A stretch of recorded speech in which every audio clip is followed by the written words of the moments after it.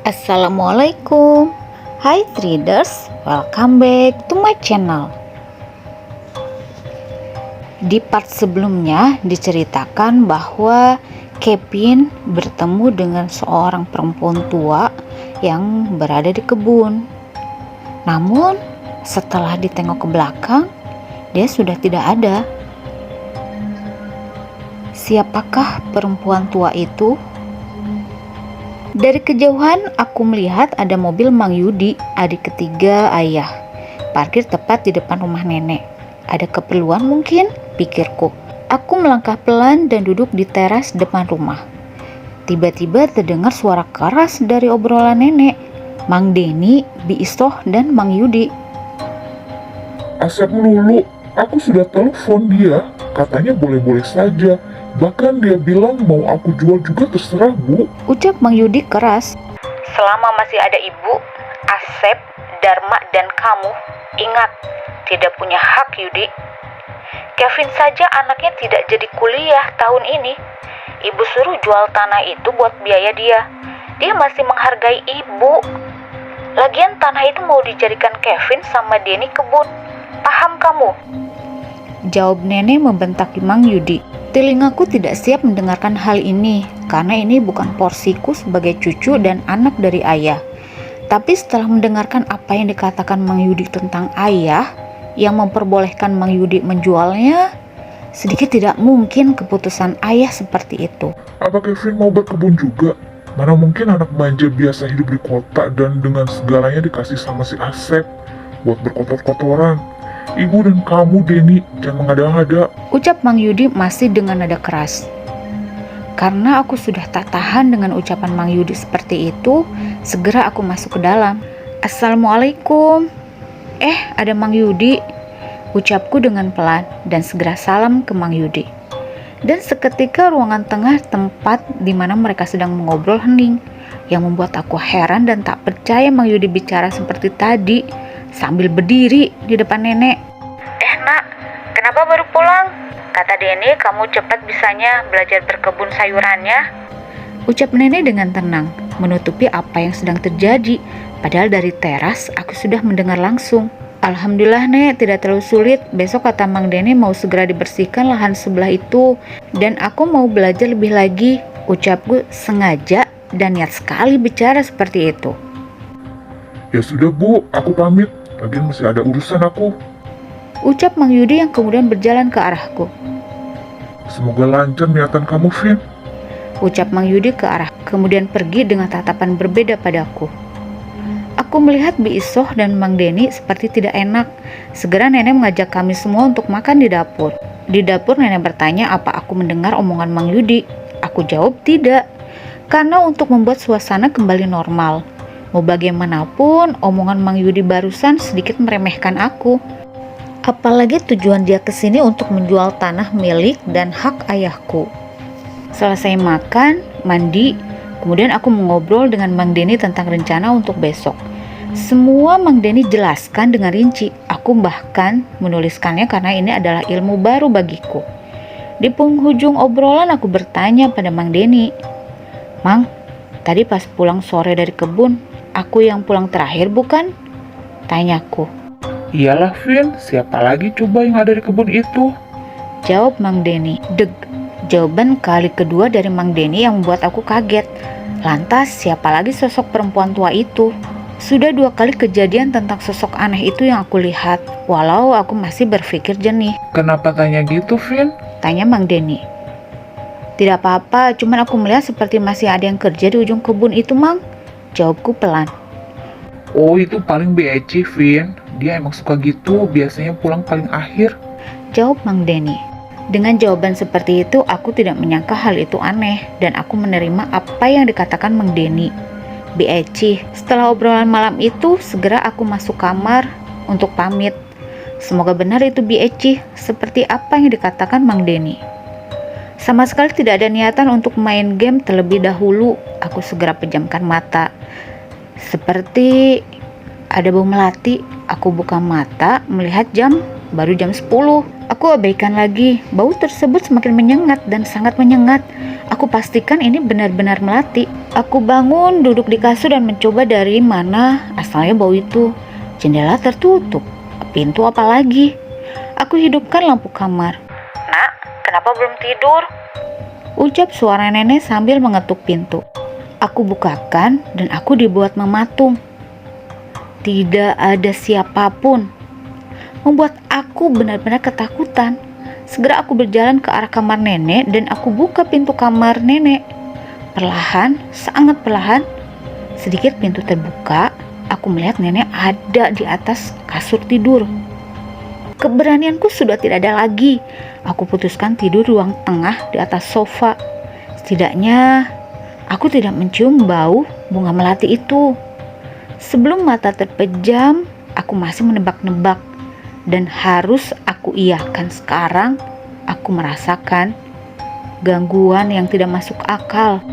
Besok aku harus bicara sama ibu dan ayah tentang apa yang aku rasakan akhir-akhir ini, yang sudah membuat aku tidak kuat untuk merasakannya sendiri saja. Pada hari ketiga aku dibangunkan oleh Mang Denny dan bertanya, "Kenapa tidur di sofa?" Aku jelaskan, aku ketiduran setelah bermain HP semalaman.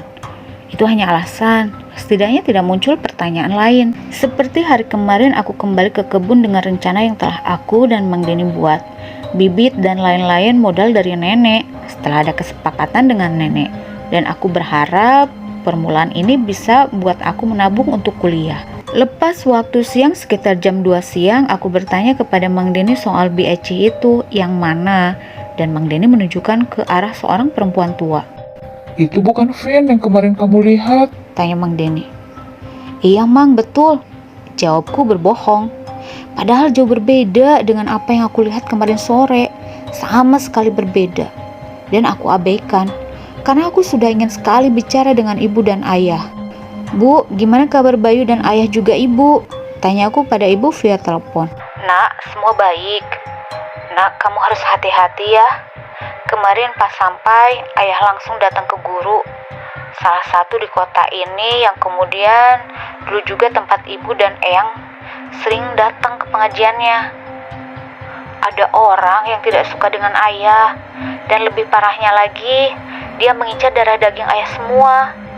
Hari ini Bayu bahkan sakit, Nak," ucap ibu perlahan sambil seperti menahan sakit ingin menangis. "Lalu aku harus apa, Bu?" Tanyaku masih heran. "Minimal kamu hati-hati, nanti 2 hari lagi ibu kabari lagi ya. Ibu belum bisa lama-lama karena mengurus adik kamu juga.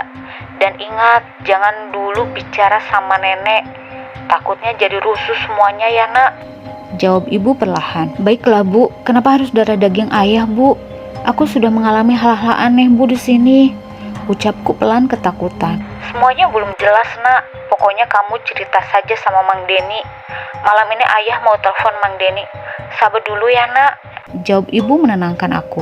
Setelah percakapan singkat itu dengan ibu, semangat yang aku bangun sebelumnya sedikit goyah. Keadaan apa lagi ini?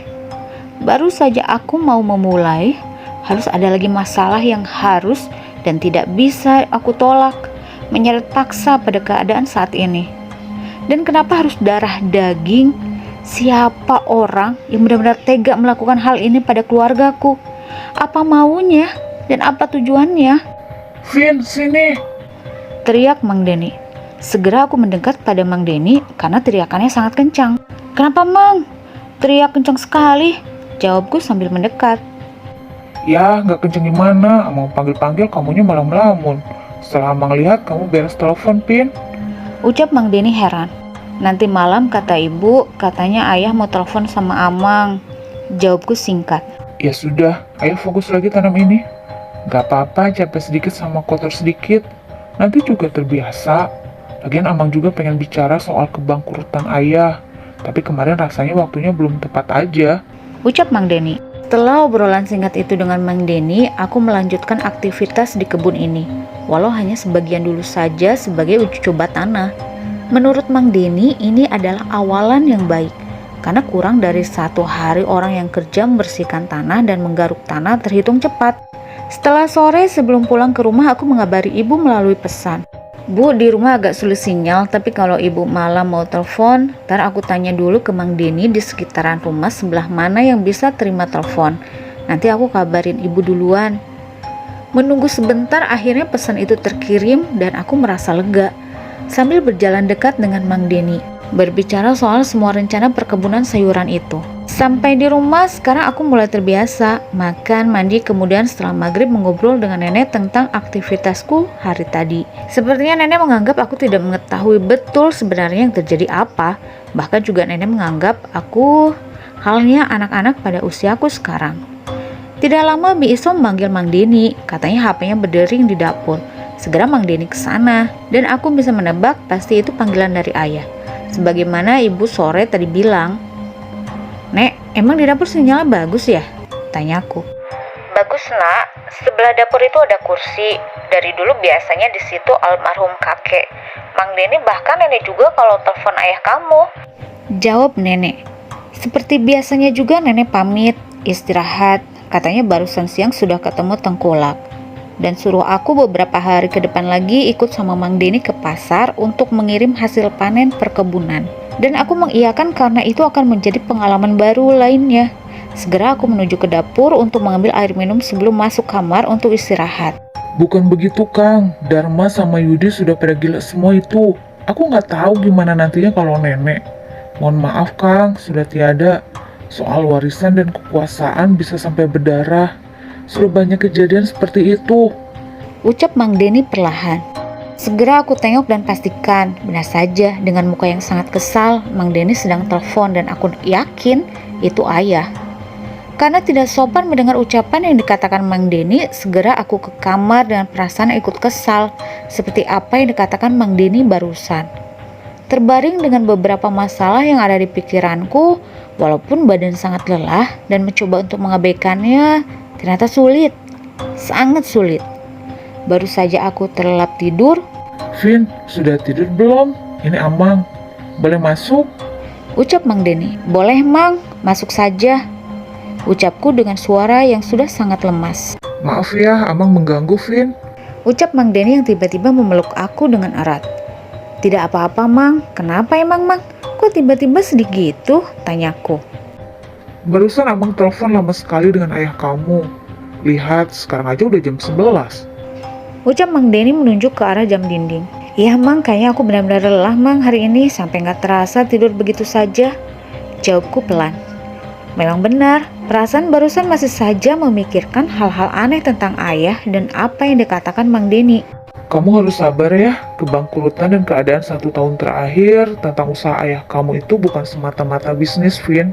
Tapi ada orang yang tidak suka dan menggunakan hal-hal yang sama sekali dilarang oleh agama sekalipun. Bersekutu dengan setan untuk membuat keadaan keluarga kamu seperti ini. Ucap Mang Denny dengan tatapan kosong. Aku juga merasa seperti itu Mang. Soalnya sebelum kepulanganku ke sini aku melihat sosok nenek tua di rumah masuk ke dalam mimpi Mang. Bahkan di mimpi itu aku dengan Mang Dharma dan Bayu di bawah nenek-nenek itu. Ucapku pelan menjelaskan. Tiba-tiba Mang Denny menatap kaget ke arahku. Aku pun sama kaget dengan tatapan Mang Denny seperti itu. Mang, kenapa menatapnya gitu? Kaget aku, ucapku. Amang lebih kaget, makanya lihatnya begitu. Di luar tidak terlalu dingin malam ini. Ngobrol di luar, ayo Vin, di teras belakang. Kebetulan Biso juga sudah tidur. Nanti Amang bikinkan kopi. Kamu merokok tidak? Jawab Mang Denny. Boleh Mang, sekalian istirahat santai, di teras enak kali ya. Merokok, tapi nggak sering, malu sama nenek, jawabku. Segera aku dan Mang Denny keluar dari kamar dan menuju teras. Aku duduk di teras belakang yang menghadap ke rumah. Di belakang teras adalah kebun pisang yang sangat luas, karena di arah dapur aku melihat Mang Denny sedang buat kopi. Di arah dapur aku melihat perempuan di tempat pencucian piring, tepat sekali di belakang Mang Denny yang sedang menunggu air mendidih. Posisinya saling membelakangi Mang Denny, tapi aku tidak melihat jelas karena jendela dapur yang gordennya sudah tertutup. Aku abaikan saja, pikirku bisa bangun dan mencuci piring. Tidak lama HP aku bergetar dan melihat ada satu pesan masuk. Melihat sinyal di sini di teras tempat aku duduk, lumayan ada satu sinyal. Iya nak, tidak apa-apa. Nanti ayah cerita banyak ke Mang Deni.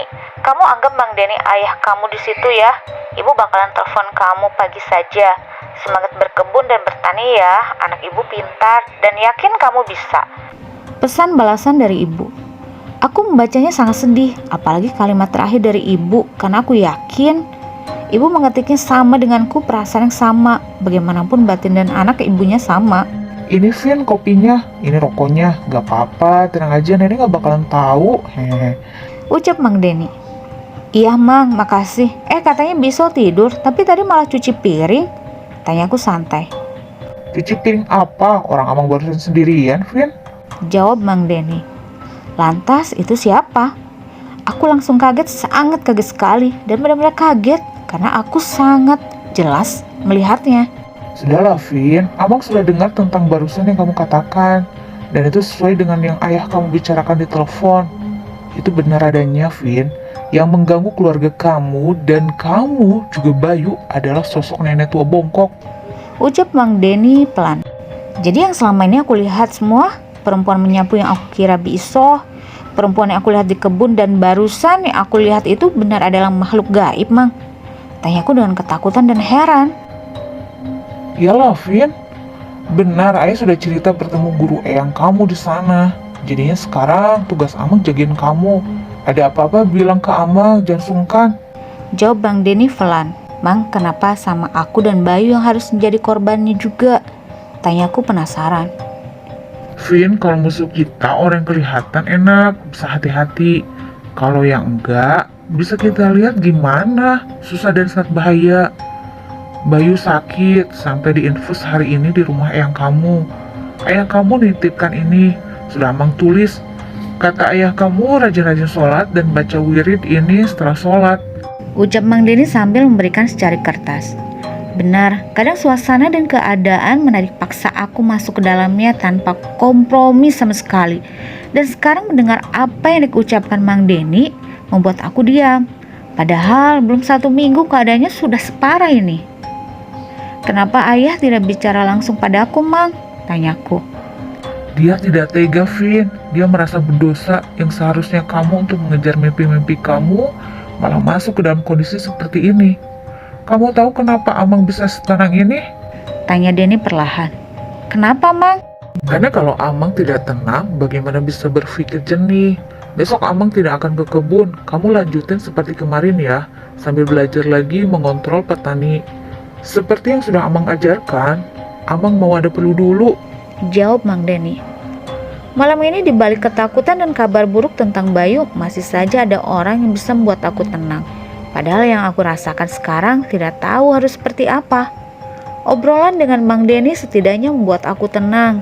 Malam semakin larut, kondisi semakin sangat tidak membaik. Aku dan Mang Deni bubar dengan perjanjian aku harus terbuka dengan apapun yang aku lihat dan rasakan kepada Mang Deni.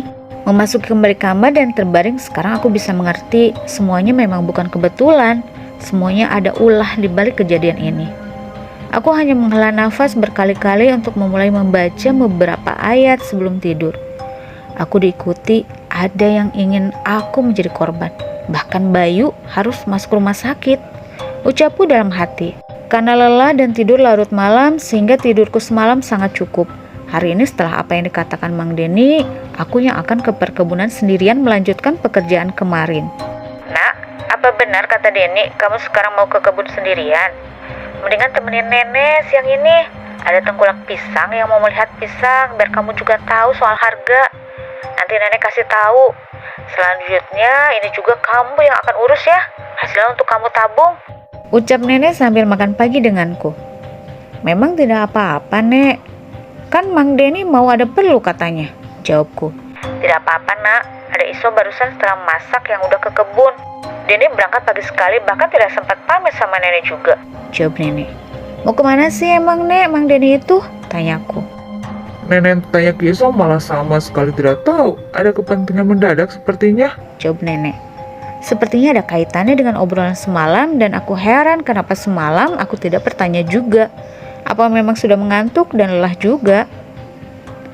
Setelah makan dan mandi, aku menyempatkan mengabari ibu untuk bercerita dengan Mang Deni dan bilang jangan khawatir. dan tidak lupa untuk terus mengabari apa saja yang terjadi walau harus lewat Mang Denny sekalipun. Tidak terlalu siang, nah saja tengkulak yang dikatakan nenek sudah ada di belakang di teras duduk. Tepat di mana semalam aku mengobrol. Tidak lama nenek mengenalkan aku dengan sangat bangganya. Nenek bilang bahwa selanjutnya dengan aku Pak Sobar akan berurusan soal harga dan lainnya. Aku memperhatikan betul obrolan nenek dengan Pak Sobar, bagaimana caranya nenek bernegosiasi dan bagaimana caranya memprediksi pisang yang nantinya akan dipanen. Ternyata benar-benar ada hitungannya, tidak asal dan keuntungan sudah bisa ditebak. Setelah obrolan cukup lama dengan Pak Sobar pamit dengan janjian 3 minggu lagi akan datang dan memanen pisang. Dulu ayah kamu sangat hebat nak, nenek dan kakek sampai kagum. Ayah kamu itu juga dulu yang membiayai Dharma dan Yudi untuk sekolah dari hasil kebun pisang ini. Apalagi perbedaan usia mereka yang beda 3-5 tahun. Kakek fokus ke sawah, nenek ke kebun sayuran. Kita bahu-bahu merintis sampai sekarang hasilnya begini. Ucap nenek bercerita sambil duduk denganku di teras. Oh begitu Nek, tapi kenapa Mang Yudi kemarin sebegitu tidak menghargai nenek dan ayah? Ucapku pelan. Kau mendengar obrolan Yudi yang membentak nenek? Tanya nenek kaget. Tidak sengaja Nek, tidak ada niat menguping, apalagi soal ingin menjual tanah hak ayah seperti apa yang diucapkan Mang Yudi. Menjawabku menjelaskan. Yudi dan Dharma dari dulu selalu begitu, bahkan saat kakek masih ada. Selalu merasa nenek dan kakek mengutamakan Asep, padahal tidak ada kasih ibu yang benar-benar membedakan porsinya untuk anak. Kamu harus ingat itu nak. Jawab nenek perlahan menasehatiku. Aku merasa sangat beruntung memiliki nenek seperti ini. Dan memang dari dulu kakek dan nenek dari ayah memiliki cara berbeda menunjukkan kasih sayang pada cucunya, termasuk aku. Tidak lama ada suara mobil berhenti di depan rumah nenek. Siapa itu nak yang datang? Bukakan pintu depan sana. Nanti nenek nyusul. Ucap nenek. Segera aku berjalan dengan cepat ke depan. Aku lihat Mang Dharma baru turun dari mobilnya. Kevin, tidak di kebun, Vin? Tanya Mang Dharma. Tidak Mang, baru beres bantu nenek barusan. Silakan Mang masuk. Sebentar, aku panggil nenek dulu Mang. Jawabku. Tidak apa Vin, gak usah. Ini kasih aja ini, Abang gak bakalan lama, masih ada urusan. Ucap Mang Dharma sambil mengasih aku sebuah map coklat. Baik kalau begitu Mang, nanti aku kasih ke nenek, jawabku singkat. Mang Dharma langsung keluar dan kembali lagi berangkat terburu-buru. Aku segera menemui nenek dan bilang ada titipan dari Mang Dharma. Nenek hanya tersenyum sinis tanpa satu kata pun, tanpa membuka map coklat itu. Nek, aku mau ke Biso aja, sore tar pulang ya, ucapku karena hari semakin siang. Boleh nak, ini sekalian buang. Jalan dapur saja keluarnya nak, ucap nenek. Kembali map coklat itu di tanganku. Ada rasa penasaran, tapi tidak aku ikuti untuk membuka map itu. Kemudian aku buang ke tong sampah dapur. Selanjutnya aku berjalan ke kebun siang ini dengan harapan bisa melanjutkan pekerjaanku, menanam bibit sayuran seperti apa yang sudah diajarkan Mang Denny. Sampai di kebun benar saja, Biso dan beberapa petani sedang bekerja di lahanku. Aku tidak enak dengan apa yang sedang mereka lakukan. Bibi, ucapku. Vin, gak apa-apa ya Bibi lanjutin biar sayurannya cepat tumbuh. Kalau bibitnya udah tertanam rapi gini, apalagi satu tanah dengan yang nenek, pasti subur. Jawab Biso. Iya Bi, aku ikut bantu saja, jawabku. Langsung saja siang menuju sore itu aku mulai terbiasa dan belajar berkebun seperti ini. Di tengah-tengah aktivitas, aku menghampiri Biso. Bi, Mang Denny tahu kemana? Tanyaku. Tahu Vin, ntar ya sekalian makan sebentar lagi, Bibi cerita. Jawab Biso. Benar saja pikirku, pasti Biso mengetahuinya. Ya walau tidak tahu tujuannya apa, tidak jujur sama nenek. Tidak lama, sore semakin datang dengan caranya. Aku dan para petani lainnya makan bersama. Sudah mulai terasa aku sangat nyaman dengan kondisi seperti ini. Setidaknya ada cara baru untuk balas dendam kepada rinduku pada ayah, ibu, dan Bayu dengan cara seperti ini. Satu persatu para petani pegawai nenek pamit pulang. Tinggal aku dan Biso yang masih di sini sambil beres-beres bekas makan. Mamang kamu pergi ke Kiai di kampung sebelah, Vin. ucap Bi Isoh. Kiai maksudnya, Bi? Tanyaku perlahan. Iya, Kiai yang dulu sekali waktu Bibi baru berapa lama ya, lupa. Usia pernikahan Bibi dengan mamang kamu itu, usaha kakek dan nenek pernah ada yang niat ingin buat bangkrut. Dikirimin hal-hal gaib gitu, Vin.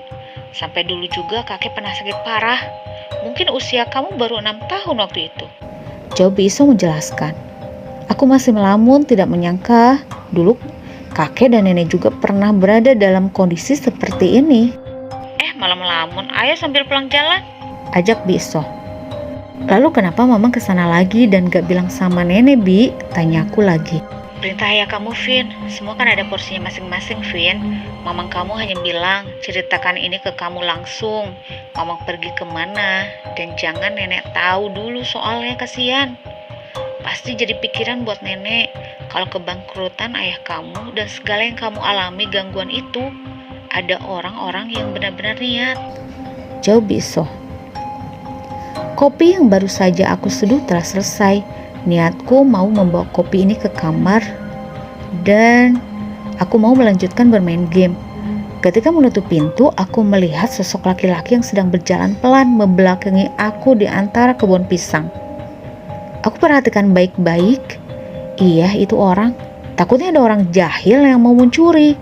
Segera aku perhatikan dengan jelas. Jalannya sangat pelan, pelan sekali, terlihat sambil menunduk. Apa itu Mang Deni?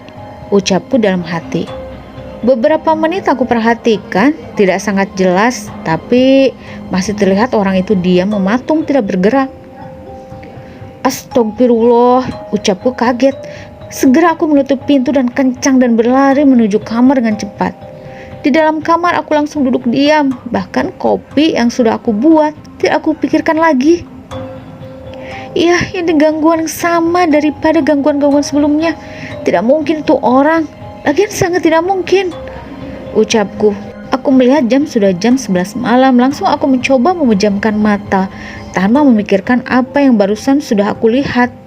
Belum saja 1 minggu aku di sini, kenapa harus ada terus gangguan itu setiap malam? Ucapku dalam hati. Apa gangguan seperti ini sama yang Bayu alami sampai dia sakit? Aku tidak pernah ada dalam kondisi ini sebelumnya. Mungkin siapapun tidak sudi jika setiap malam harus mengalami hal-hal di luar nalar. Sosok yang selalu menakutkan. Apalagi sekarang sudah jelas ada orang yang menginginkan semua ini terjadi. Vin? Suara ketukan di jendela kamarku yang buat aku kaget. Benar-benar kaget. Siapa? Mang Deni, ucapku sambil membuka gorden kamar. Iya ini Amang, buka pintu dapur sekarang cepat, jawab Mang Deni. Segera aku ke dapur dengan perasaan takut yang masih mengikuti aku. Mang Deni tidak melangkah ke kamarku, lemari bajuku. Bukan main, Mang Deni langsung membuka dengan cepat dan mengacak-acak bajuku perlahan. Dengan mata sendiri aku melihat ada bongkahan yang tidak tahu isinya apa, dibungkus dengan kain putih. Baunya adalah bau yang malam sebelumnya pernah aku cium dan tersimpan di saku jaket yang pernah aku gunakan sebelumnya. Saat perjalanan menuju ke sini, aku masih benar-benar ingat. Segera Mang Deni berjalan membawa bongkahan yang bentuknya hanya seukuran bungkus rokok itu keluar. Aku mengikutinya dengan cepat juga. Mang Deni masih belum bicara apapun. Kamu bakar bungkusan ini, Vin. Baca surah ini, ayo ikutin Amang pelan-pelan, ucap Mang Deni sambil memberikan korek dan menuntun aku membaca surah itu. Selesai membaca surah itu, segera aku bakar. Seharusnya kain putih ini tidak menyambar api yang aku nyalakan, tapi ini langsung menyambar begitu saja. Sini ikut Amang, ucap Mang Deni dengan nafas yang sudah terlihat capek. Ini alamat rumah Pak Kiai, bibi kamu sudah cerita? Tanya Mang Deni. Sudah Mang, jawabku tegang. Setelah abu bekas pembakaran barang yang membuat aku heran itu dengan bau melati, segera aku mengobrol di teras. Mang Deni menyalakan rokok untuk membuang tegang, pikirku. Seharian Amang menceritakan semua masalah ayah kamu dan segala hal gangguan yang kamu alami. Mamang sudah tahu semua. Kamu hebat bisa menyembunyikan ya. Mamang salut. Tapi masalahnya Vin, Yang orang ini incar adalah kekuasaan dan warisan. Tidak beruntungnya yang menjadi target darah daging dari ayah kamu. Ucap Mang Denny sangat tegas. Ibu sebelumnya berkata sama dengan apa yang Mang Denny ucapkan padaku sekarang. Bagaimana bisa aku tidak percaya keduanya orang-orang yang aku percayai benar-benar? Siapa yang tegas sekali melakukan ini, Mang? Tanyaku dengan emosi. Kamu tenang, ini adalah permainan, Vin. Siapa yang benar-benar mempunyai strategi matang, dia yang selamat. Urusannya benar-benar nyawa ini. Tapi insya Allah, kata Kiai yang sudah Amang temui ke depannya aman. Tinggal tunggu saja yang bakalan kena balik siapa. Ucap Mang Denny menjelaskan lagi. Oh begitu, Mang. Apa Dharma atau Yudi yang melakukannya? Tanyaku sambil menatap kosong. Sayangnya Pak Kiai itu tidak membicarakan nama, takutnya jadi dendam. Yang terpenting, semoga kedepannya bisa aman dan tenang.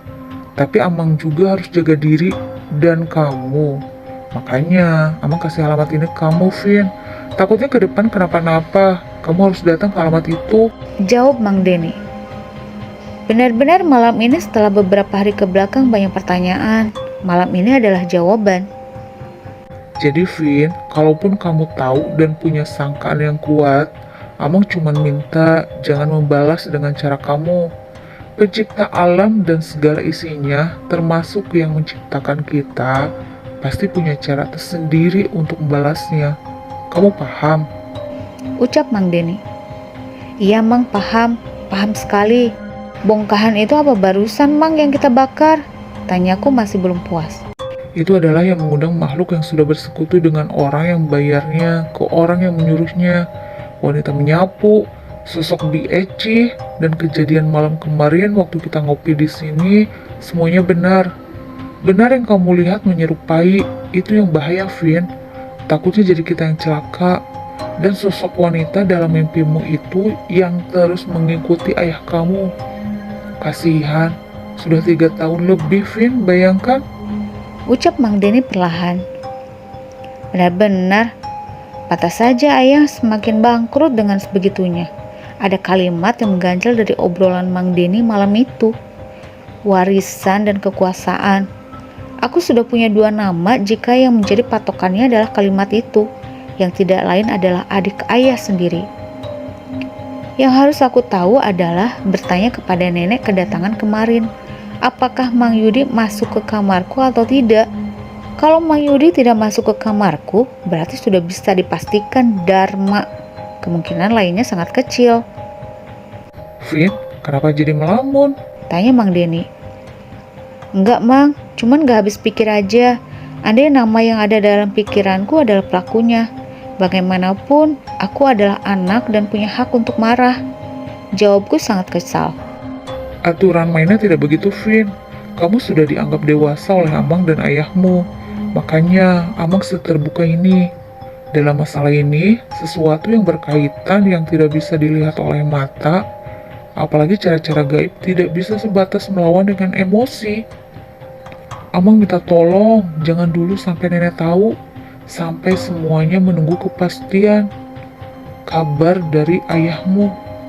Jawab Mang Denny menjelaskan. Aku hanya melamun dengan apa yang barusan dikatakan Mang Denny. Ada benarnya, tapi emosiku juga tidak salah. Aku adalah anak yang punya hak membela orang tua habis-habisan, apalagi yang menjadi taruhan termasuk mimpi-mimpiku sekarang.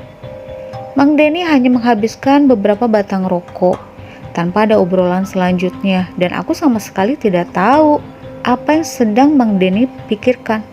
Sementara aku hanya berpikir tentang kekesalan antara pada Dharma dan Yudi yang sampai tega menyimpan bungkusan gaib itu padaku. Sepecundang itukah mereka jika benar melakukannya? Apa orang yang melakukan itu sudah tidak ada keberanian sama sekali secara jantan menyelesaikan apa yang mereka inginkan?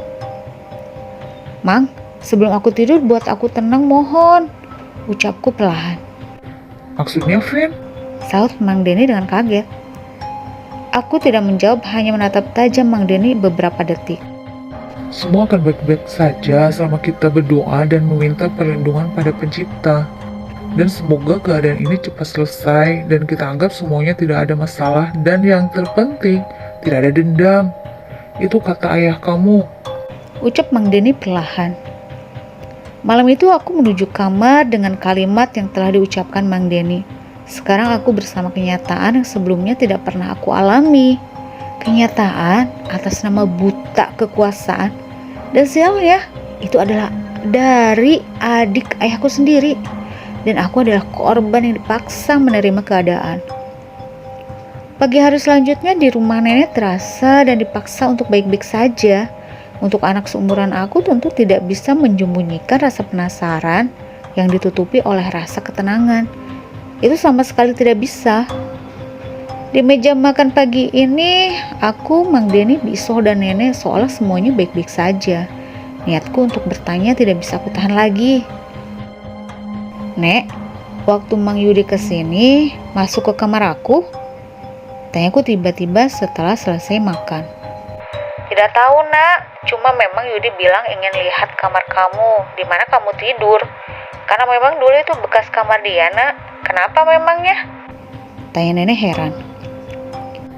Mungkin memang kamu itu hanya pengen memastikan keponakannya tidur enak, Vien.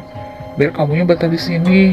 Jawab Mang Denny tiba-tiba menyambar apa yang akan aku omongkan. Iya begitu mungkin, Nak. Kenapa memangnya? Yudi atau Dharmakah yang ingin menguasai warisan dari ayahnya Kevin? Akankah Kevin menjadi korban kerakusan kekuasaan? Nantikan di part selanjutnya ya. Oke traders, jangan lupa like, comment, dan subscribe. Stay safe dan jangan lupa bahagia. Assalamualaikum warahmatullahi wabarakatuh. Dadah.